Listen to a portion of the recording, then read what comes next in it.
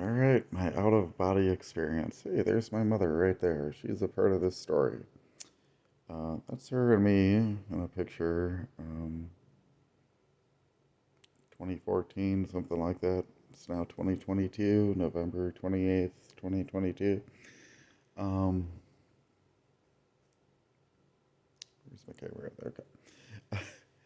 So, my out of body experience happened in April 2007. I was in Mankato, Minnesota, in a dorm room, just smoking some weed with some of my buddies, and was off a gravity bong or a water bong, one of those things. It had a big long pipe. When I took a hit, it went right through my chest. It just forced it straight down, and yeah. So anyhow, I was pretty fucked up. And we were sitting there watching Borat in a dark room. Just come out on DVD. I had never seen it, but they had. So the get up to the room looks a little bit like this. There's a couch or a love seat here. There's a couple people sitting there. There's a couple chairs back here. There's a big desk, a window. They have some bunk beds here. Closet. There's a door over here. This is south. That is west. That is north. That is east. And so I'm sitting here cross legged in the middle of the room. And I'm looking at the TV, which is over here. And yeah, I'm just totally tuning out of the show after 10, 15 minutes. And the weed made me feel like I was my mother. This lovely lady back there in that picture, right there. There's me and her.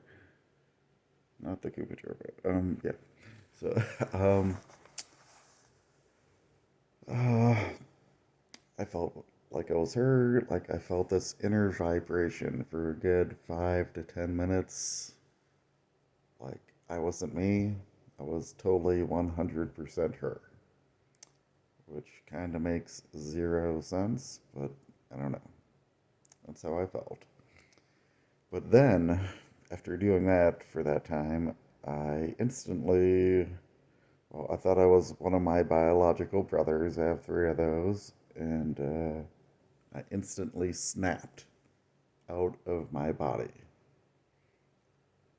And I was up in the air, in the room, without a body, spiraling around and around and around. I was a white mist. I was a white mist, or very next to the white mist. I thought that was me, but maybe it wasn't. I don't know. So I did that over here. So I'm sitting right about there, underneath this light fixture in the room, looking this way. But then I ended up looking this way. I was fixed on this westerly wall. I was spinning around and around and around. And so this is the wall.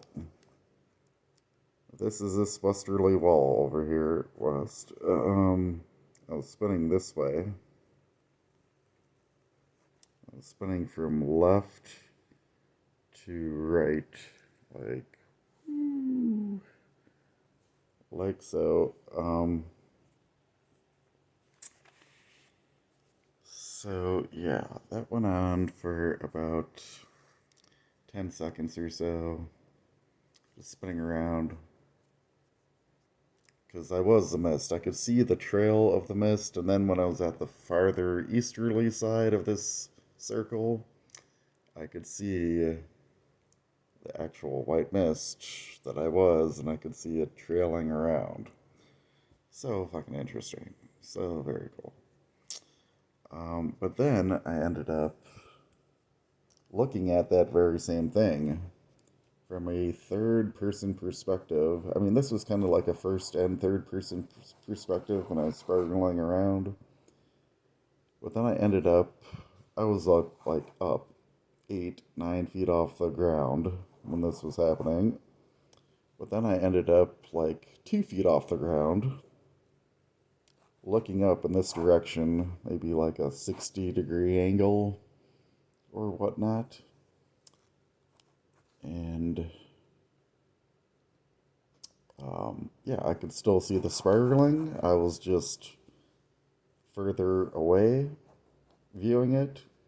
Because when it was going on, I was right there. I was moving around with the spiral, but then I could see it from a third person perspective, 2 feet off the ground, looking up. I could still see the spiral spinning over here.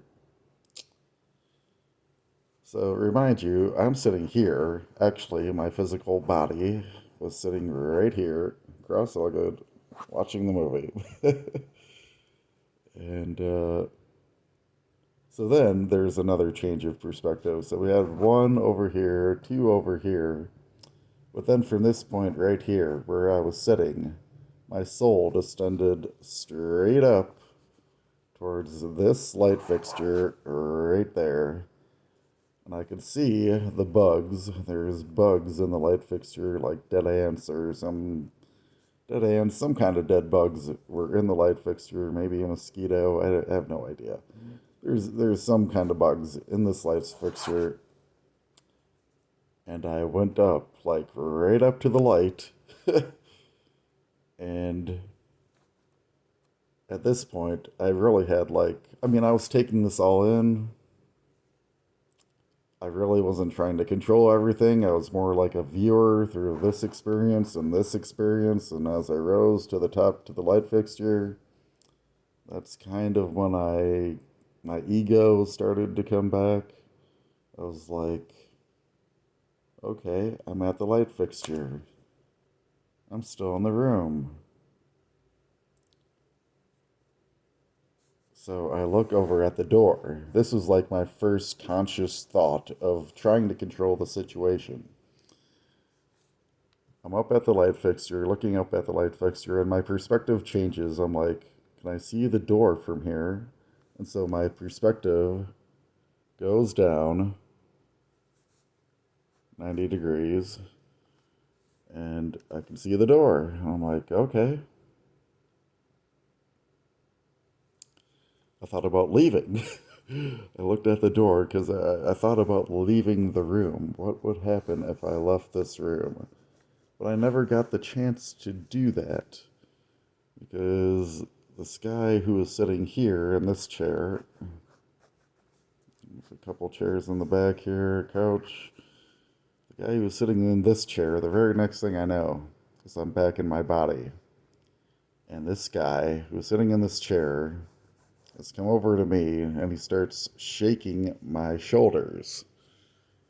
He starts shaking my shoulders and he's like, "Are you all right? Are you all right?"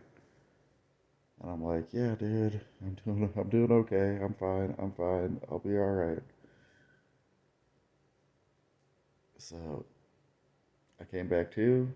I never spoke a word to any of those four people in this room about this situation, but it actually did happen. I did leave my body. Seemed probably maybe 30 seconds overall, but the key points was I saw my spirit, or what I think was my spirit, a white mist, spiraling around. I could see it from afar, I could see it up close.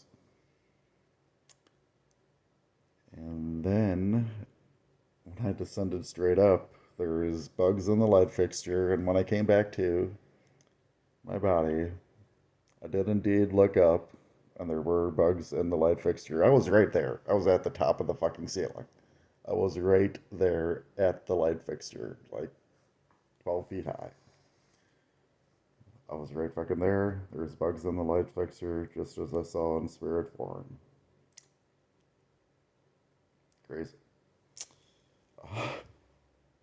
Um, so, the thing about it is it kind of, I mean, I have two eyes, and so like my peripheral vision's pretty good with two eyes. But when I was in the spirit form, it was like I was looking through one eye.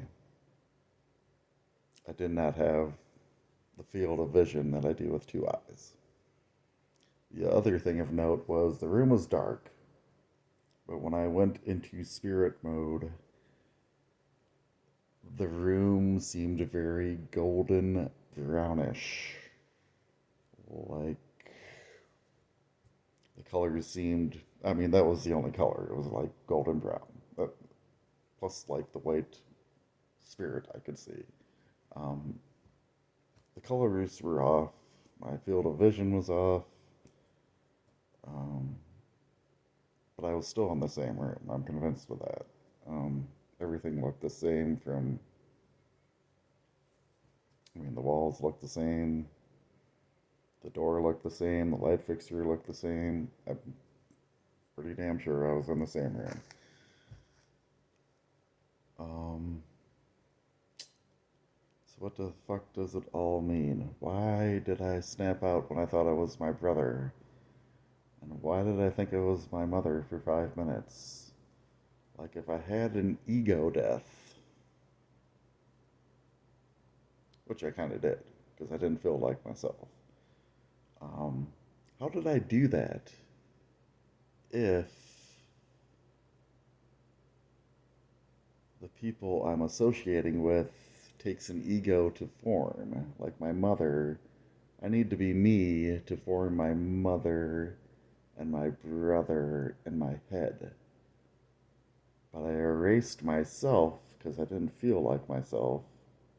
But how did I do that if the people I was focusing on takes me to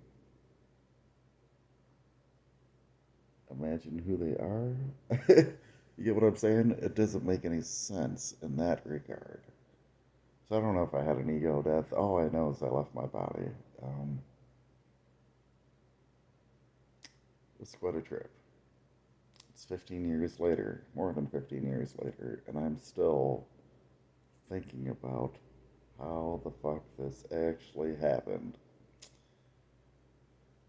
So, I don't know. What would have happened if my buddy didn't start shaking my shoulders or asking me if I was all right? Would I have kept going on in the trip?